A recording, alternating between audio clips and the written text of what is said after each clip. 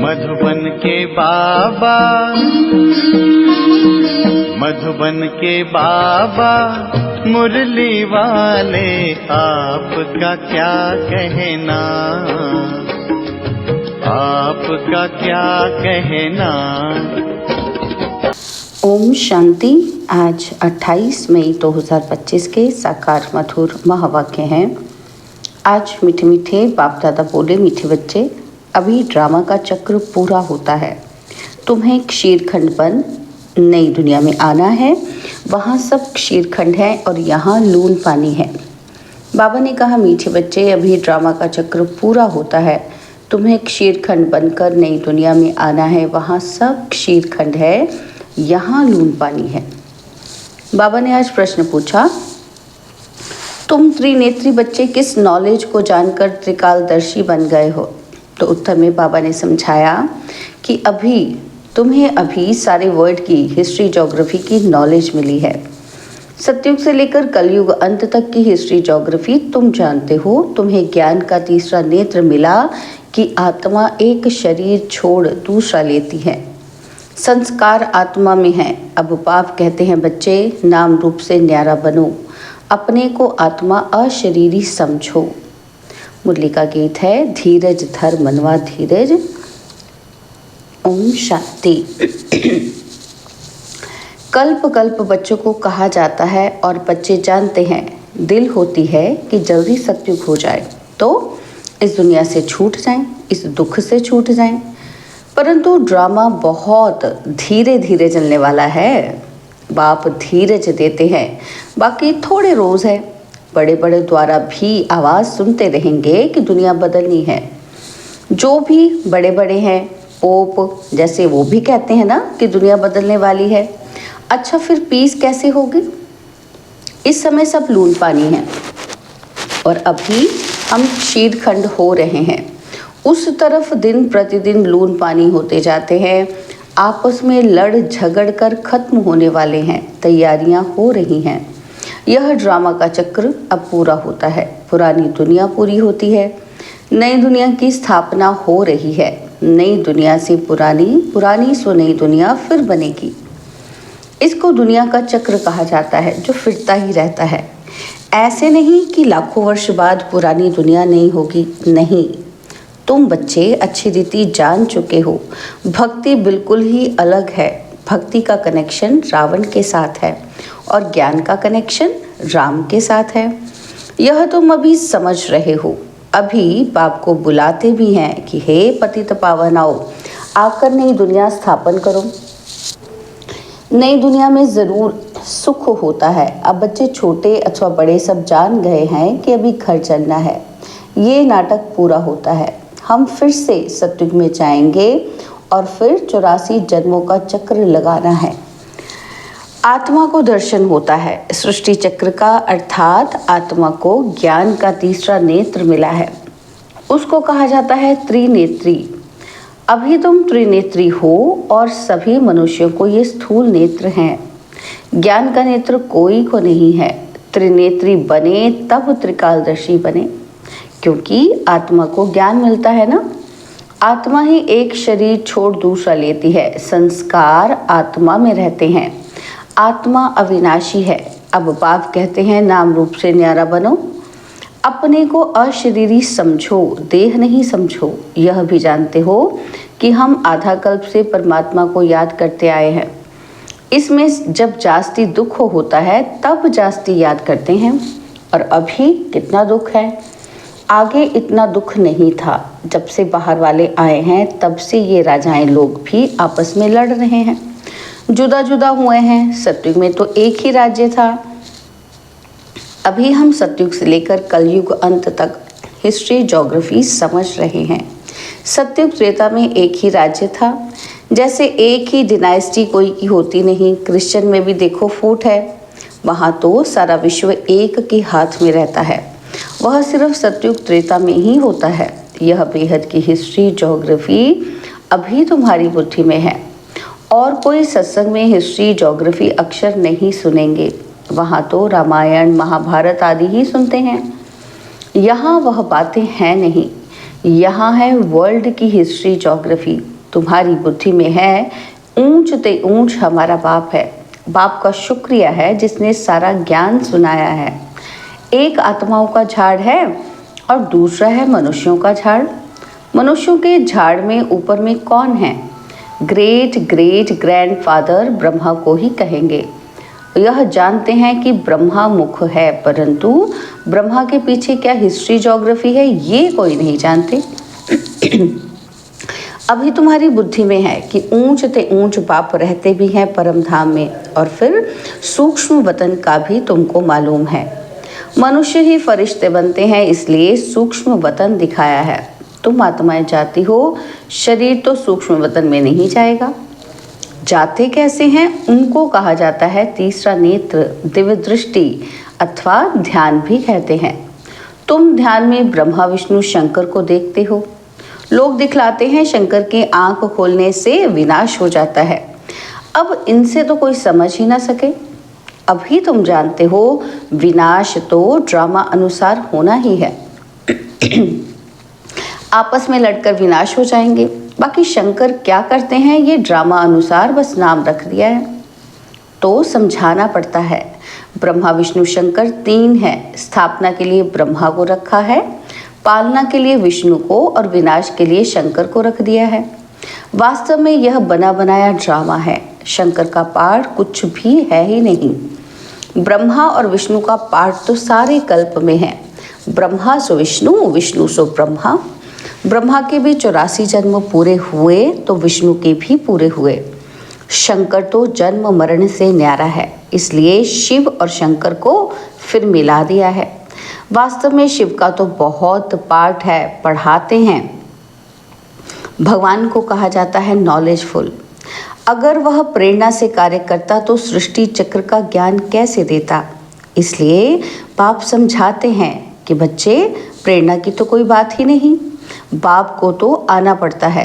बाप कहते बच्चे, मेरे में सृष्टि चक्र का ज्ञान है, मेरे को ये पाठ मिला हुआ है, इसलिए मुझे ही ज्ञान सागर नॉलेजफुल कहते हैं। नॉलेज किसको कहा जाता है? वह तो जब मिले तब पता पड़े। मिला ही नहीं है तो अर्थ का कैसे मालूम पड़े। आगे तुम भी कहते थे कि ईश्वर प्रेरणा करते हैं, वह सब कुछ जानते हैं। हम जो पाप करते हैं ईश्वर देखते हैं।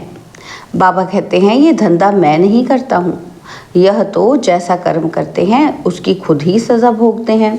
मैं किसी को नहीं देता हूँ, ना कोई प्रेरणा से सज़ा दूंगा।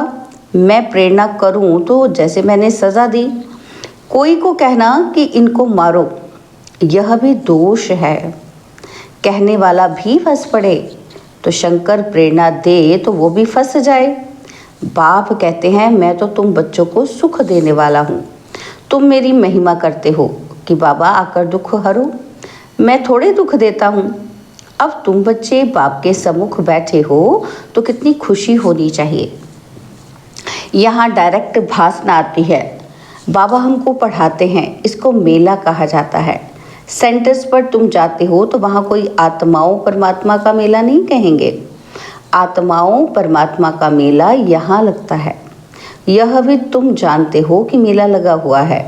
बाप बच्चों के बीच में आए हैं। आत्माएं सब यहाँ हैं। आत्मा ही याद करती है कि बाप आए। यह सबसे अच्छा मेला है। बाप आकर सब आत्माओं को रावण राज्य से छुड़ा देते हैं। ये मेला अच्छा हुआ ना, तो जिससे मनुष्य पारस बुद्धि बनते हैं। उन मेलों पर तो मनुष्य मैले हो जाते हैं, पैसे बर्बाद करते रहते हैं, मिलता कुछ भी नहीं। उनको मायावी आसुरी मेला कहा जाएगा। यह है ईश्वरीय मेला। रात दिन का फर्क है। तुम भी आसुरी मेले में थे, अभी हो ईश्वरीय मेले में।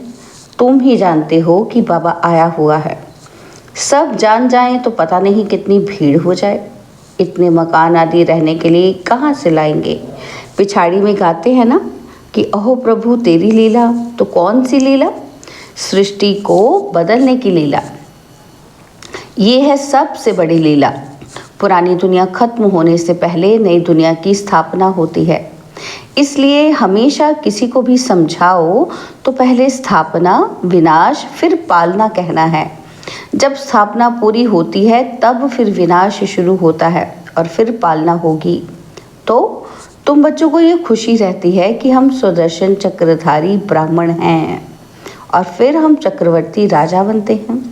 यह कोई को पता नहीं इन देवताओं का राज्य कहाँ गया, नाम निशान गुम हो गया है। देवता के बदले अपने को हिंदू कह देते हैं। हिंदुस्तान में रहने वाले हिंदू हैं, लक्ष्मी नारायण को तो ऐसे कभी नहीं कहेंगे, उन्हों को तो देवता कहा जाता है। तो अब इस मेले में ड्रामा अनुसार तुम आए हो।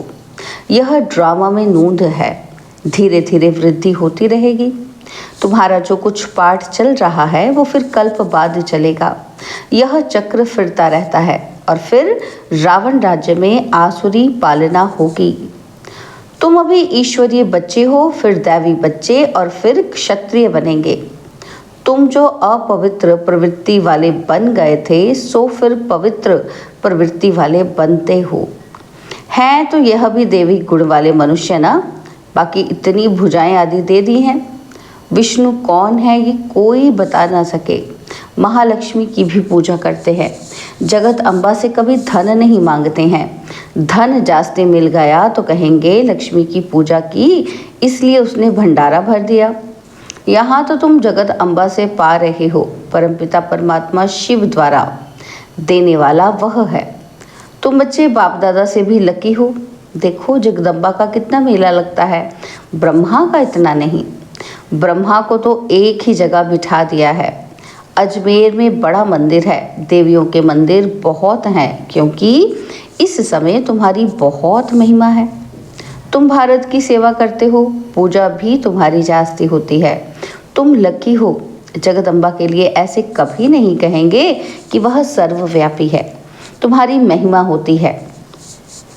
ब्रह्मा विष्णु शंकर को भी सर्वव्यापी नहीं कहते, मुझे कह देते कि कण कण में है, कितनी ग्लानि करते हैं। तुम्हारे में तुम्हारी मैं कितनी महिमा बढ़ाता हूँ। भारत माता की जय कहते हैं ना, तो भारत माता तो तुम ही हो ना। धरणी नहीं, धरणी आदि जो है वो अब तमो प्रधान है, सतयुग में सतो प्रधान हो जाती है। इसलिए कहते हैं देवताओं के पैर पतित दुनिया में नहीं आते। जब सतो प्रधान धरणी होती है तब आते हैं। अभी तुमको सतो प्रधान बनना है। श्रीमत पर चलते बाप को याद करते रहेंगे तो ऊंच पद पाएंगे, ये ख्याल रखना है। याद करेंगे तो विकर्म विनाश होंगे। श्रीमत मिलती रहती है। सतयुग में तो तुम्हारी आत्मा पवित्र कंचन हो जाती है तो शरीर भी कंचन मिलता है। सोने में खाद पड़ती है तो फिर जेवर भी ऐसा बनता है। आत्मा झूठी तो शरीर भी झूठा। खाद पड़ने से सोने का मूल्य भी कम हो जाता है। तुम्हारा मूल्य अब कुछ भी नहीं है। पहले तुम विश्व के मालिक 24 कैरेट थे और अभी 9 कैरेट कहेंगे। यह बाप बच्चों से रूह रिहान करते हैं, बच्चों को बैठ बहलाते हैं, जो तुम सुनते सुनते चेंज हो जाते हो। मनुष्य से देवता बन जाते हो। वहाँ हीरे जवाहरातों के महल होंगे। स्वर्ग तो फिर क्या, वहाँ के शुभी रस आदि भी तुम पी कर आते हो। वहाँ के फल ही इतने बड़े बड़े होते हैं, यहाँ तो मिल ना सके। सूक्ष्म वतन में तो कुछ है ही नहीं। अभी तुम प्रैक्टिकल में चाहते हो। यह है आत्मा और परमात्मा का मेला। इनसे तुम उज्जवल बनते हो। तुम बच्चे जब यहाँ आते हो तो फ्री हो। घर बार धंधे आदि का कोई फुरना ही नहीं है। कहाँ की बात करें बाबा? मधुबन की। तो बाबा कहते हैं तो यहाँ तुमको याद की यात्रा में रहने का चांस अच्छा है। वहाँ तो घर घाट आदि याद आता रहेगा, यहाँ तो कुछ है ही नहीं। रात को 2 बजे उठकर यहाँ बैठ जाओ। सेंटेंस पर तो रात को तुम जा नहीं सकते, यहाँ तो सहज है। शिव बाबा की याद में आकर बैठो और कोई याद ना आए। यहाँ तुमको मदद भी मिलेगी। सवेरे सो जाओ, माना जल्दी सो जाओ और फिर उठो। 3 से 5 बजे तक आकर बैठो। बाबा भी आ जाएंगे, बच्चे खुश होंगे। बाबा है योग सिखलाने वाला, यह भी सीखने वाला है। तो दोनों बाप और दादा आ जाएंगे। फिर यहाँ और वहाँ योग में बैठने का फर्क भी पता पड़ेगा। यहाँ कुछ भी याद नहीं पड़ेगा। इससे बहुत फ़ायदा है। बाबा राय देते हैं कि ये बहुत अच्छा हो सकता है। अब देखें कि बच्चे उठ सकते हैं। कईयों को सवेरे उठने का अभ्यास है। तुम्हारा संन्यास है 5 विकारों का और वैराग्य है सारी पुरानी दुनिया से। अच्छा, मीठे मीठे सिकिल हृदय बच्चों प्रति माता पिता बाप दादा का याद प्यार और गुड मॉर्निंग। रूहानी बाप की रूहानी बच्चों को नमस्ते। हम रूहानी बच्चों की रूहानी बाप दादाजी को दिलवा जान सिकवा प्रेम से नमस्ते। ओम शांति। प्यारे बाबा, मीठे बाबा, मेरे बाबा, शुक्रिया बाबा, शुक्रिया बाबा, शुक्रिया। धारणा के लिए मुख्य सार है। पहला पॉइंट है, अभी सृष्टि बदलने की लीला चल रही है, इसलिए स्वयं को बदलना है, क्षीरखंड होकर रहना है। और दूसरा पॉइंट है, सवेरे उठकर एक बाप की याद में बैठना है, उस समय और कोई भी याद ना आए। पुरानी दुनिया से बेहद का वैरागी बन 5 विकारों का संन्यास करना है।